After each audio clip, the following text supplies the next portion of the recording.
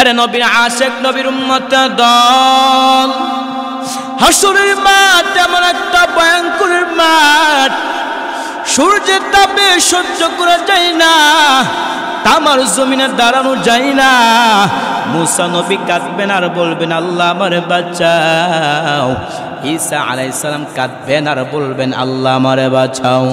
আম্মা আয়েশা বলেন নবী তখন আপনি কি করবেন? আপনি তো দু জাহানের নবী।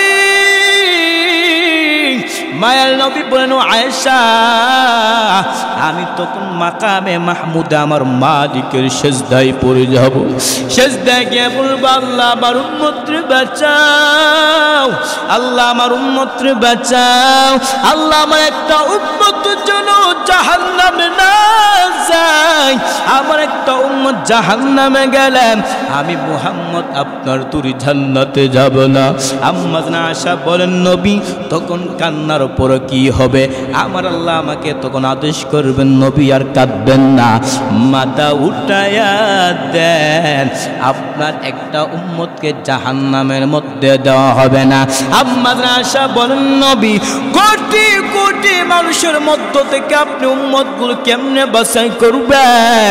মায়ার নবী বলেন ও আয়েশা আমার উম্মতগুলোর মধ্য থেকে যারা পাঁচ বেলা নামাজ পাঁচ বেলা ওযু করেছে ওদের উজুর অঙ্গগুলো হাসরের ময়দানে দূরের আলোতে ঝলমল করতে থাকবে। আমি নবী ওদেরকে সিনিয়া দরিয়া দরিয়া হাউজে কাউসারের সামনে যখন নিয়ে যাইব, এর নবী আশিক নবীর উম্মতের দল ওই দিন নবী যদি বলেন আমার উম্মতদেরকে আমি লাইনে দাঁড় করে করে পানি পান করাইবা, নবী বলেন আমার উম্মতদেরকে আমি যখন লাইনে দাঁড় করে করে যখন পানি পান করাইব হঠাৎ করে দেখব আমার চোখের সামনে পর্দা পড়ে গেছে। আমি বলবো ফেরেশতার দল আমার উম্মতটা তুই কোনো লাইনে দাঁড়ানো পর্দা দিছো কেন? ফেরেশতারা বলবে ও আল্লাহর নবী এই উম্মত আপনার উম্মত না। মায়ার নবী আমার বলেন কেন? ফেরেশতারা বলবে ও নবী আমার এই বান্দা আপনি যখন দুনিয়া থেকে বিদায় হওয়ার পর তারা আপনার সুন্নতটা মানে নাই, আপনি নবী যখন বিদায় হয়ে চলে গেছেন তারা আপনার নাফরমানি করেছেন। নবী আমার বলেন যদি এমনটাই হয় আজকে আমার এমন উম্মত দরকার নাই। পরে নবীর উম্মতের দল ওই দিন যদি এই অবস্থা আমার আপনার সময় চলে আসে তাহলে দুঃখ কারে রাখবো? ওরে নবীর উম্মতের দল এখনো সময়টা আছে, সময়টাকে মূল্যায়ন করো, জবানটাকে হেফাজত করো, জবানটাকে হেফাজত করতে পারলে আপনার জীবনের সফলতা চলে আসবে, নতুবা আপনার জীবনের সফলতা আসবে না। হাসরের মাঠ কঠিন পরিণত মাঠ। আল্লাহ তাআলা বলবেন ওয়ামতাজুল ইয়াউমা আইয়ুহাল মুজরিমুন। আল্লাহ বলবে গুনাহগারের দল আজকে তোমরা আলাদা হয়ে যাও। আল্লাহ তাআলা অন্য আয়াতের মধ্যে বলেন ইয়াউমা ফিরুল মারউ মিন আখি ওয়া উম্মিহি ওয়া আবি ওয়া সাহিবাতিহি ওয়া বানি। নবী আমার বলেন ওই দুনিয়া আল্লাহ তাআলা বলেন হাসরের এমন একটা কঠিন পরিস্থিতি হবে ওই দিন বাবা তার সন্তান থেকে পলায়ন করবে, স্বামী তার স্ত্রী থেকে পলায়ন করবে, বাবা তার সন্তান থেকে পলায়ন করবে। কিন্তু বর্তমানে একটা সন্তান বাবাকে ছাড়তে পারে না, একটা সন্তান তার স্ত্রীকে ছাড়তে পারে না, একটা সন্তান তার মা বাবাকে ছাড়তে পারে না। দুনিয়ার মতো সন্তান যদি কারো বাবাকে গালি দেয় সন্তানের ডাক দেয়া বলেন আমার গায়ে একটা ফোঁটা রক্ত থাকা অবস্থায় তোমার প্রতিশোধ গ্রহণ করব। দুনিয়ার জন্য তো পাগল হয়ে গেলাম, মা বাবা আমরা থাকতে পারি না, মা বাবা ছাড়া সন্তান চলতে পারে না। কিন্তু ওই কঠিন পরিস্থিতির মধ্যে এমন হালত হবে সবাই শুধু পলায়ন করবে, কিন্তু বান্দা শুধু পলায়ন করবে। শুধু তাই না, আল্লাহ তাআলা বলবেন ফারিকুল ফিল জান্নাতি ওয়া ফারিকুম ফিস সাঈর। একটা হবে জান্নাত আরেকটা হবে জাহান্নাম। একদল দল জান্নাতের মধ্যে চলে যাবে, আরেকদল লোক জাহান্নামের মধ্যে চলে যাবে। এর নবীর আশিক নবীর উম্মতের দল যদি আমি আপনি ফারিকুন ফিস সাঈর হয়ে যাই তাহলে আমাদের হতভাগা হবে। सूरज ने दिया अपनी शुआओं का पैगाम, दुनिया है अजब चीज़ कभी सुबह कभी शाम, दुनिया है अजब चीज़ कभी सुबह कभी शाम। दुनिया में हो दुनिया का तलबगार नहीं हो, दुनिया में हो दुनिया का तलबगार नहीं हो, बाजार से गुजर हो खरीदार नहीं हो, बाजार से गुजर हो खरीदार नहीं हो।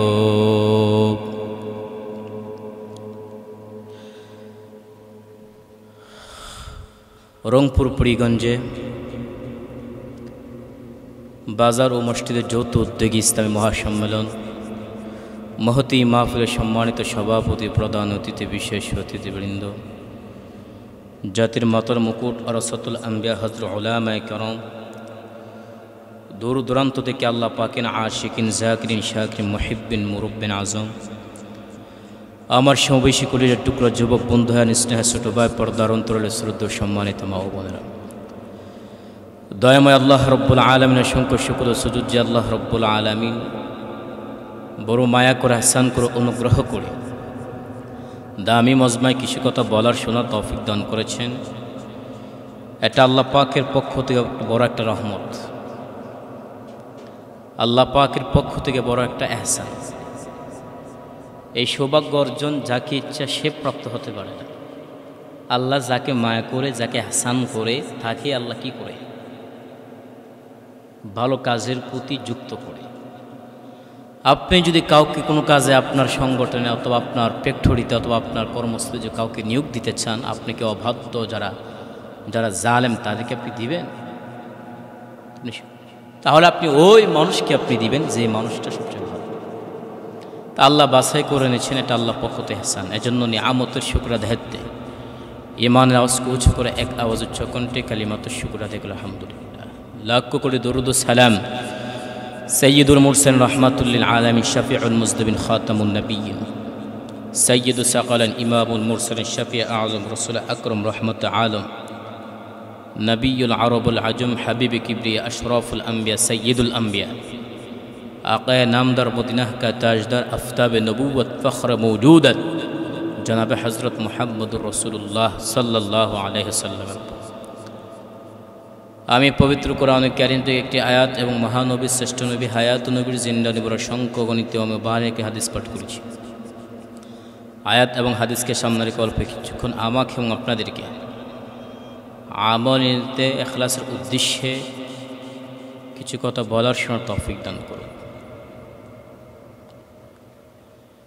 যে অংশটা যে আয়াত পাঠ করেছি সেই আয়াত আল্লাহ বলেন, মা ইয়ালফিজু মিন কওলিন ইল্লা লাদাইহি রাকিবুন আতীদ। বান্দা যেই কথাটা বলে না কেন সব কথাগুলো অথরন্দি প্রহরী যারা আছে লিপিবদ্ধ করে রাখে। তো কথা বলতে গেলে আপনার হিসাব নিকাশ লাগবে। হিসাব নিকাশটার আপনি কথা বলে লাভ হবে। তো যে কথা বলবেন সেটাকে কি বলা হয়? জবান বলা হয়। জবানের হেফাজত নেই, ইনশাল্লাহ কিছু কথা বলবেন। আল্লাহ মানুষকে এত সংখ্যক নিয়ামত দান করেছেন, এক এক নিয়ামত। চোখ একটা নিয়ামত, কান একটা নিয়ামত, পা একটা নিয়ামত, জবান একটা নিয়ামত, মেধা শক্তি একটা নিয়ামত, আকল একটা, হেলেম একটা, সহনশীলতা বলেন, জ্ঞান বলেন, এক একটা নিয়ামত। এর মধ্য থেকে একটা হচ্ছে জবান। জবানের নিয়ামত অসংখ্য।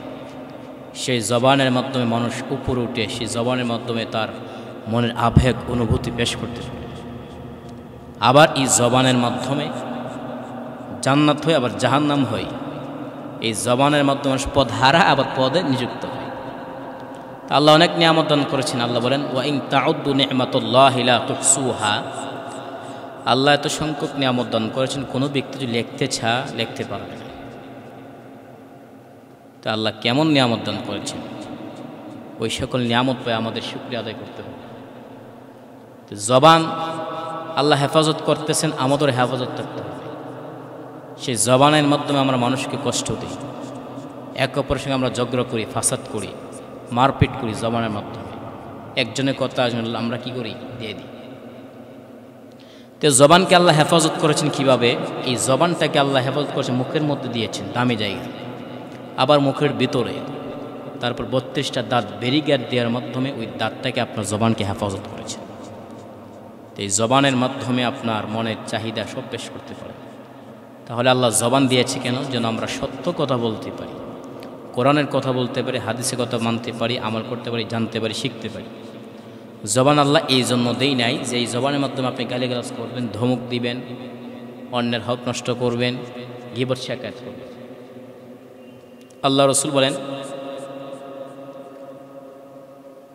এই জবানের মূল্যায়ন করা আমাদের জরুরি। ওই জবান দিয়ে আমি যেই কথাটা বলবো না কেন সব কথাগুলো রেকর্ড করা হচ্ছে। আল্লাহ বলেন মা ইয়ালফিজু মিন কাউলিন ইল্লা লাদাইহি রাকীবুন আতীদ, সব কথাগুলো আল্লাহ রেকর্ড করে। যেহেতু রেকর্ড করা হচ্ছে, আমাদের সচেতন থাকতে হবে, মূল্যায়ন করতে হবে জবানকে। কেমন মূল্যায়ন করতে হবে? আপনার সামনে যখন মোবাইল দেওয়া হয়, রেকর্ড করা হয়, তাহলে আপনি অযথা কথা বলতে পারবেন? অযথা কথা বলার সুযোগ আপনার নেই, কারণ রেকর্ড করা হচ্ছে। তো এমনভাবে আল্লাহ নবী বলেন, সাহাবা একরাম দৃষ্টি আকর্ষণ করলে বলেন, হে আমার সাহাবা একরাম, তোমাদের মাঝে সবচেয়ে গরিব মিসকিন কে? সাহাবা একরাম বললেন, যার কাছে সম্পদ না সে তো গরিব। আল্লাহ রসুল বলেন, ওই ব্যক্তি, এই ব্যক্তি সবচেয়ে গরিব না, ওই ব্যক্তি সবচেয়ে গরিব যে হাসরের মধ্যে উপস্থিত হবে অনেক নামাজ রোজা আমল নেই, কিন্তু জবান দিয়ে কাউকে কষ্ট দিয়েছে, এই জবানের কারণে তার আমল নামা দিতে দিতে একদম শূন্য হয়ে যাবে। এমনকি ওনার কাছে পাওনাদার হক থাকবে, তারপর আমল দেওয়ার পরেও শেষ করতে পারবে। তেজন্য সারাদিন আপনি যে আমল করেন সবগুলো আমরা কি করি? শেষ করি। আশরাফ আলী থানভী বলেন যে এক লোক একটা ঘোড়া ছিল, তো এই ঘোড়াটার একটা বদ অভ্যাস ছিল, সেটা হচ্ছে সে যখন মলত্যাগ করত তখন তার নাক দিয়ে পিছন দিকে ফিরে ও মলত্যাগ শুকত। তো আল্লাহর বান্দা সব জায়গায় যাইতে পারে না, কারণ বদ অভ্যাস। একদিন তার সাথে আরেকজন লোক যাবে, হিজরত করবে, সফর করবে। তখন ওনাকে বললো, ভাই আমার তো এই সমস্যা, তবে সমস্যার সমাধান হয়ে যাবে, আপনি একটা কাজ করবেন। কি কাজ? যে আপনি আমার ঘোড়া যখন মলত্যাগ করবে, করার পরে নাক দিয়ে শুক করতে চেষ্টা করবে, আপনি ব্যত্রাঘাত করবেন, সে চলে যাবে। তো এইভাবে চলতে চলতে চলতে চলতে কিছুক্ষণ পর যাওয়ার পরে এবার ওনার সফর সঙ্গে বলতে লাগলো, আমি এদিকে যাবো, আপনি দিকে চলে যান। পরে এই দিক দিয়ে যখন ওই ব্যক্তি চলে গেল, এই ব্যক্তি এখন একা হওয়ার পরে ওই যে ঘোড়াটা মলত্যাগ করেছিল আবার এক দৌড় মেরে সেদিকে চলে এসেছে। আশরাফ আলী থানভী বোঝাতে চেয়েছেন, হেরে দুনিয়ার মানুষ, তুমি যত আমল করো, যত আমল নেক কাজ করো, ওই জবানের মাধ্যমে তুমি সব ত্যাগ ছেড়ে দিতেছ। এই জবানের মাধ্যমে আপনি সব ছেড়ে দিচ্ছেন। সারাদিন আমল করতেছেন, জবানের মাধ্যমে গুনাহের কাজ করতেছেন, আবার শেষ পর্যন্ত চলে যাচ্ছেন, আমল শূন্য হয়ে যাচ্ছে। তো জবানকে হেফাজত করতে হবে। যে অন্যের দোষ রটাই, অন্যের দোষ, একজনের কথা আরেকজনের উপর অপবাদ দেয়, মিথ্যা আরোপ করে, আল্লাহ তার উপরে ওই কাজটা আরোপ করে দেয়। সৈয়দ আরশাদ মাদানী রহিমাহুল্লাহ তাআলা হজরতের একটা বয়ান থেকে শুনতে পারলাম, হিন্দুস্তানে একজন ফ্যামিলি ছিল, হিন্দুস্তানের ডাবেল একজন ফ্যামিলি ছিল, যাকে অতি আবেগ ভক্তি করে বিসমিল্লাহ ফ্যামিলি বলতো। তা আল্লাহর বান্দা বিসমিল্লাহ ফ্যামিলি বলতো, অনেক ভালো লোক। হঠাৎ করে একজন ব্যক্তি তার উপর ঈর্ষা হয়ে, রাগান্বিত হয়ে অপবাদ দিতে থাকলো যে তার ভাই এবং বোনের মাঝে সম্পর্ক হয়ে সন্তান দুনিয়ার মধ্যে এসেছে, অপবাদ দিল। তা আল্লাহর বান্দা বুজুর্গ মানুষ আল্লাহর উপর ধৈর্য ধারণ করে ইস্তেকামত করেছে। কিছুদিন পরে শুনতে পারলো যেই লোকটা বলেছিল ওই লোকের গরিব এই সম্মুখীন হয়ে গেল। তা আমাদের যেই লোক আরেকজনের উপর মিথ্যা আরোপ করেছিল, করে নাই, ওই কাজটাই আবার ওই ব্যক্তি করে, আল্লাহ ব্যবস্থা করে দিয়েছে। তাই জন্য কথা আমাদের জবান হেফাজত করতে হবে। আল্লাহ বলেন, ইয়া আইয়ুহাল্লাযীনা আমানু ইজতানিবু কাসীরাম মিনাজ-যন্নি ইন্না বা'দাজ-যন্নি ইসমুন ওয়া লা তাজাসসাসু ওয়া লা ইয়াগতাব বা'দুকুম বা'দা আইয়ুহিব্বু আহাদুকুম আন ইয়াকুলা লাহমা আখিহি মাইতান ফাকারিহতুম ওয়াত্তাকুল্লাহ ইন্নাল্লাহা হুয়াত তাওয়াবুর রাহিম। আল্লাহ বলেন, তোমরা ধারণা করাতে তোমরা বিরত থাকো, গীবত শিকায়তে তোমরা বিরত থাকো। আল্লাহ বলেন আইয়ুহিব্বু, তুমি কি পছন্দ করো আইয়াকুল আখিহি, তুমি তোমার ভাইয়ের গোশত খাইবা, মৃত গোশত। ফাকারিহ, তোমরা কি করো, অপছন্দ। সুতরাং আল্লাহকে ভয় করো। যে ব্যক্তি একজনের কত আরেকজনকে কাছে লাগাই দিল, সে কী করলো, মৃত ভাইয়ের গোশত খেল। মৃত ব্যক্তি গোশত খাওয়ার জন্য হারাম, গীবত শেখাত করা হারাম। তা আমাদের সচেতন থাকতে হবে। জবান দ্বারা আমরা কষ্ট দিচ্ছি, জবান দিয়ে আমরা গালিগালাজ করতেছি, অথচ যে জবান দিয়ে গীবত শেখাত করে সে মানুষের গোশত করে। দুইজন মহিলা রোজা রাখার পর অনেক কাতর হয়ে গেল, তাদেরকে আনার পরে বললো তোমরা বমি করো। বমি করার পর দেখতে পারলো গোশত, রক্ত। আল্লাহ নবী বলেন তারা হালাল রিজিক ভক্ষণ করেছে, কিন্তু হারাম গীবত শিকার করেন, তাদের এই অবস্থা। এই জবান আপনাকে জান্নাত আবার জাহান্নাম বানাবে।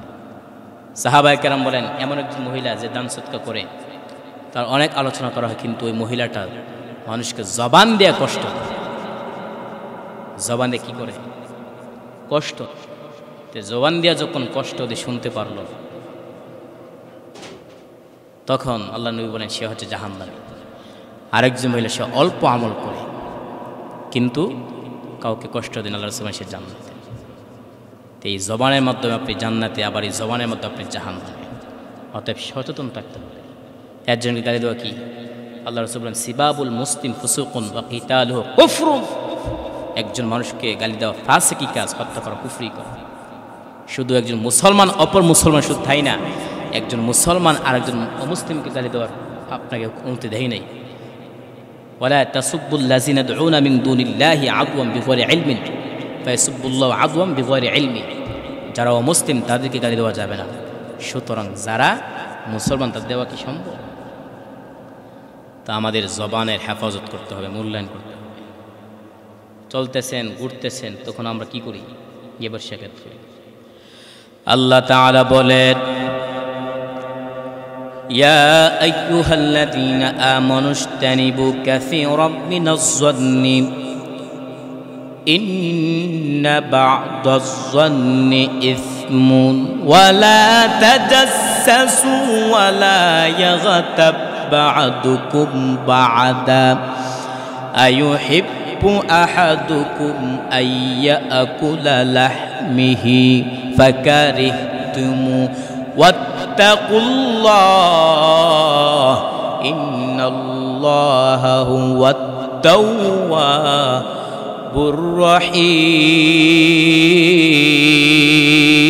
রহিম। এই কালামে জিন্দা কুরআনে হাকীম تقاصرت عنه أفهام الرجال بخا قرآن كلام لا بشود قديم است نقماشوب الله تعالى بولن يا أيها الذين آمنوا الله تعالى ইমানদারকে সম্বোধন করে বলেন হো ইমানদাররা, ইজতানিবু তোমরা বিরত থাকো কাসীরাম মিনাজ-যন্নি অধিক ধারণা করা থেকে। তার কারণটা হলো ইন্না বা'দাজ-যন্নি ইসমুন, অধিক ধারণাটাই হলো গুনাহ। আল্লাহ বলেন ওয়ালা তাজাসসু, তোমরা একজনের কথা আরেকজনের কাছে লাগাইবা না।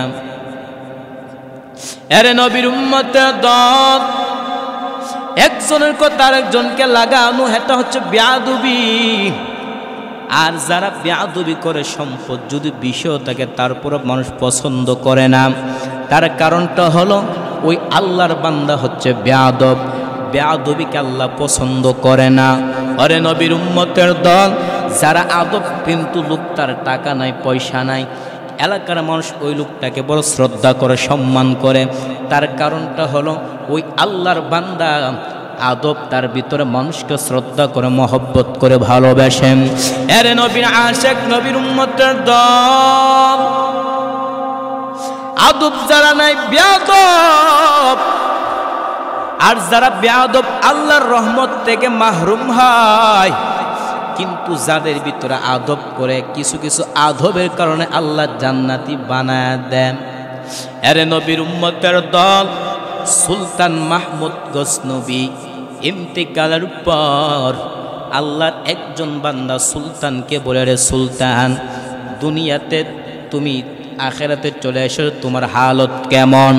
সুলতান মাহমুদ গজনবী বলেন, আল্লাহ আমাকে ভালো রেখেছেন। তার কারণটা কি? সুলতান মাহমুদ গজনবী বলেন, আমি হঠাৎ করে একটা সফরের মধ্যে বের হলাম। সফরে বের হওয়ার পর রাত্রে একটা ঘরের মধ্যে আমি আশ্রয় নিব।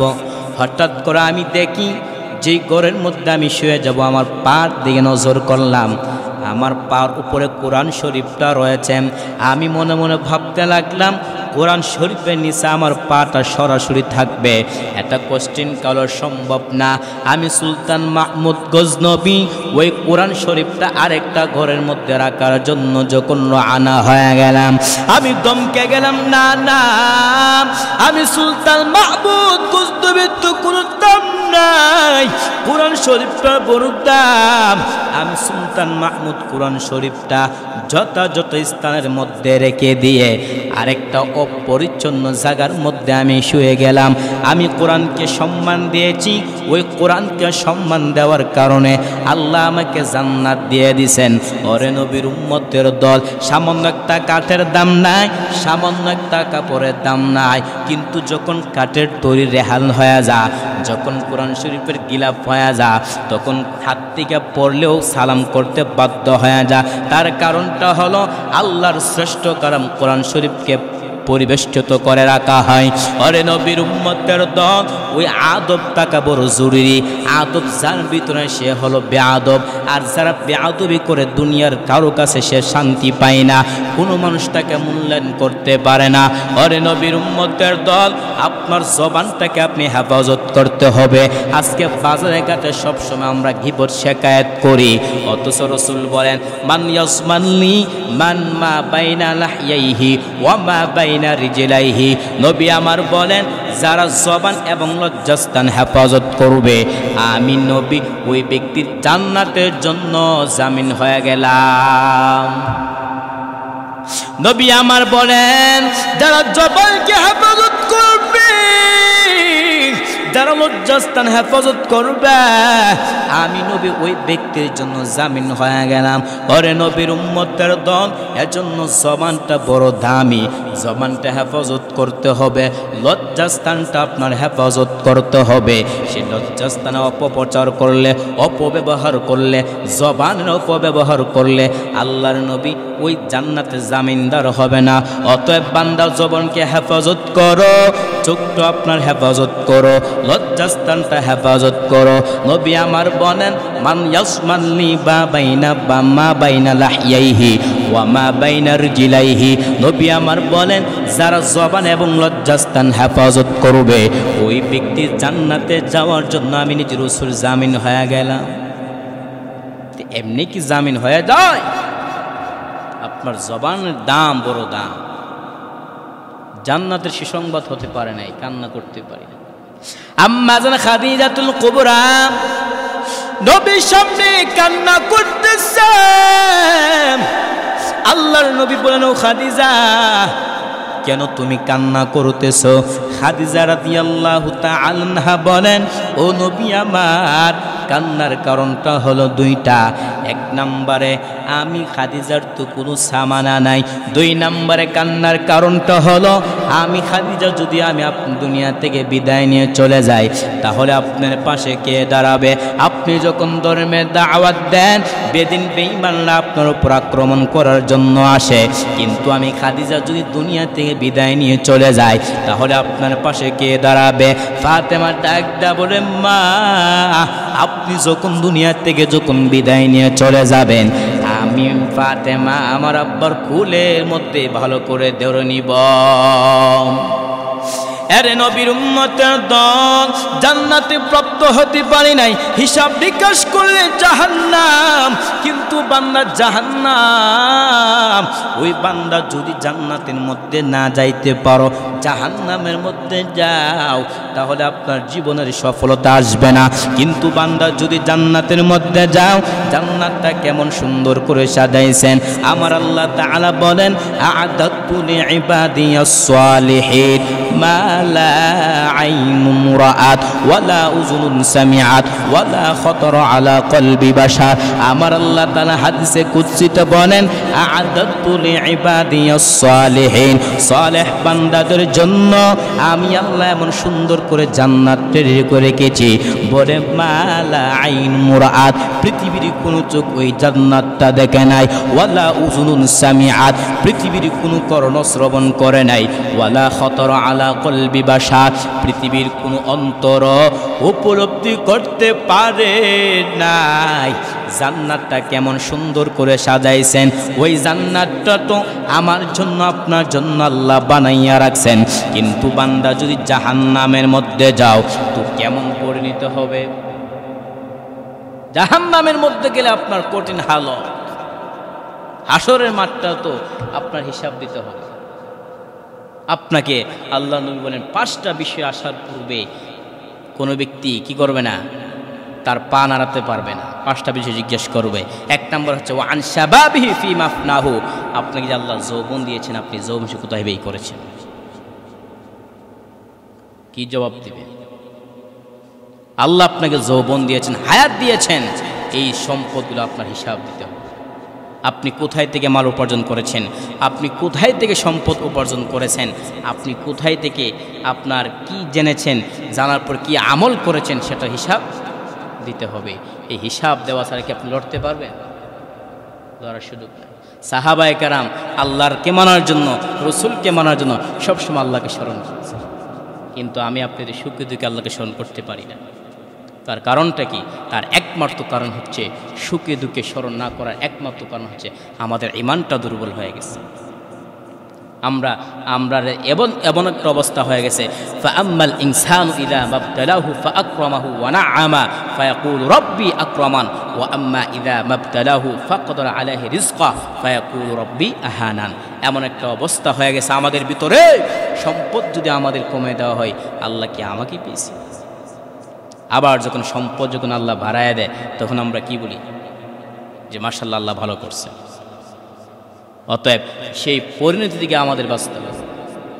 আরে নবীর আশিক, নবীর উম্মতের দল, হাসরের মাঠ এমন একটা ভয়ঙ্কর মাঠ, সূর্যের তাপে সহ্য করা যায় না, তামার জমিনে দাঁড়ানো যায় না।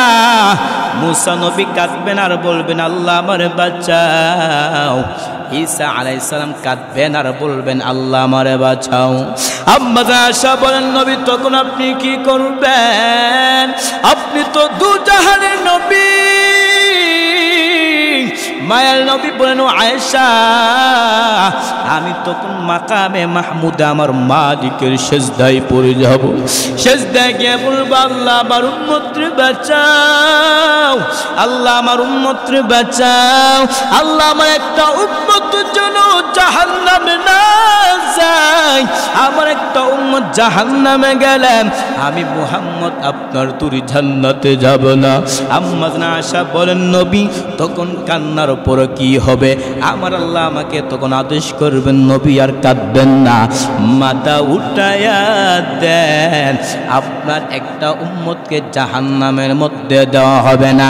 আম্মা আয়েশা বলেন, নবী কোটি কোটি মানুষের মধ্য থেকে আপনি উম্মতগুলো কেমনে বাছাই করবেন? মায়ার নবী বলেন, ও আয়েশা আমার উম্মতগুলোর মধ্য থেকে যারা 5 বেলা নামাজ 5 বেলা ওযু করেছে, ওদের উজুর অঙ্গগুলো হাসরের ময়দানে দূরের আলোতে ঝলমল করতে থাকবে। আমি নবী ওদেরকে সিনিয়া দুনিয়া দুনিয়া হাউজে কাউসারের সামনে যখন নিয়ে যাইব, আরে নবী আশেক নবীর উম্মতের দল, ওই দিন নবী যদি বলেন আমার উম্মতদেরকে আমি লাইনে দাঁড় করে পানি পান করাইবা, নবী বলেন আমার উম্মতদেরকে আমি যখন লাইনে দাঁড় করে যখন পানি পান করাইব, হঠাৎ করে দেখব আমার চোখের সামনে পর্দা পড়ে গেছে। আমি বলবো ফেরেশতার দল, আমার উম্মতটা তুই কোনো লাইনে দাঁড়ানো পর্দা দিছো কেন? ফেরেশতারা বলবে ও আল্লাহর নবী, এই উম্মত আপনার উম্মত না। মায়ার নবী আমার বলেন কেন? ফেরেশতারা বলবে ও নবী আমার, এই বান্দা আপনি যখন দুনিয়া থেকে বিদায় হওয়ার পর তারা আপনার সুন্নতটা মানে নাই। আপনি নবী যখন বিদায় হয়ে চলে গেছেন তারা আপনার নাফরমানি করেছেন। নবী আমার বলেন যদি এমনটাই হয় আজকে আমার এমন উম্মত দরকার নাই। পরে নবীর উম্মতের দল, ওই দিন যদি এই অবস্থা আমার আপনার সময় চলে আসে তাহলে দুঃখ কারে রাখবো? আরে নবীর উম্মতের দল, এখনো সময়টা আছে, সময়টাকে মূল্যায়ন করো, জবানটাকে হেফাজত করো। জবানটাকে হেফাজত করতে পারলে আপনার জীবনের সফলতা চলে আসবে, নতুবা আপনার জীবনের সফলতা আসবে না। হাসরের মাঠ কঠিন পরিণত মাঠ। আল্লাহ তাআলা বলবেন ওয়ামতাজুল ইয়াউমা আইয়ুহাল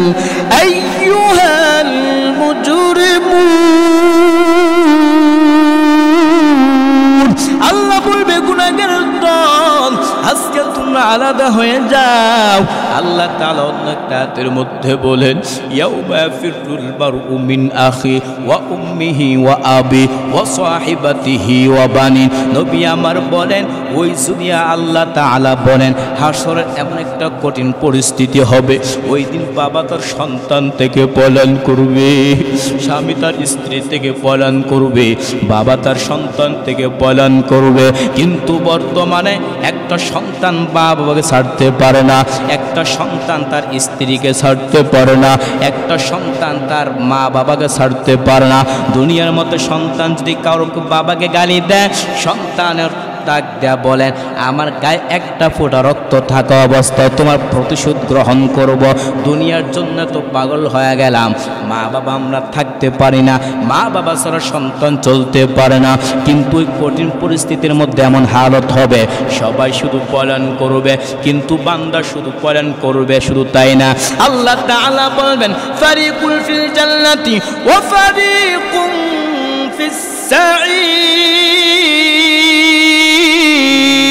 একটা হবে জান্নাত আরেকটা হবে জাহান্নাম। একদল দল জান্নাতের মধ্যে চলে যাবে, আরেকদল লোক জাহান্নামের মধ্যে চলে যাবে। এর নবীর আশিক নবীর উম্মতের দল, যদি আমি আপনি ফারিকুন ফিস সাঈর হয়ে যাই তাহলে আমাদের হতভাগা হবে। হতভাগার শেষ নাই, হতভাগা যদি শেষ নাই জীবনটা তো পরিপূর্ণ করতে হবে, ঠিক না? জীবন মূল্যায়ন করতে পারি, নবীর শাফাআত পাবো কিভাবে? নবীর যদি আমরা চোখের মানে কান্নাও করতে পারি। মরণের চিঠি যখন আসবে আমার, কালেমার তালকিন দিও বারে বার। মরণের চিঠি যখন আসবে আমার, কালেমার তালকিন দিও বারে বার। প্রাণ ভরে দেখিব চেহারা তোমায়, ডেকে নাও রোজা তোমার। ওই মদিনার পথের ধুলি মাখতাম আমি ফেলে সুরমা বলি। ওই মদিনার পথের ধুলি মাখতাম আমি ফেলে সুরমা বলি। ফিরে পেত নয়ন নূরেরি আদার ডেকে নাও রোজা তোমায়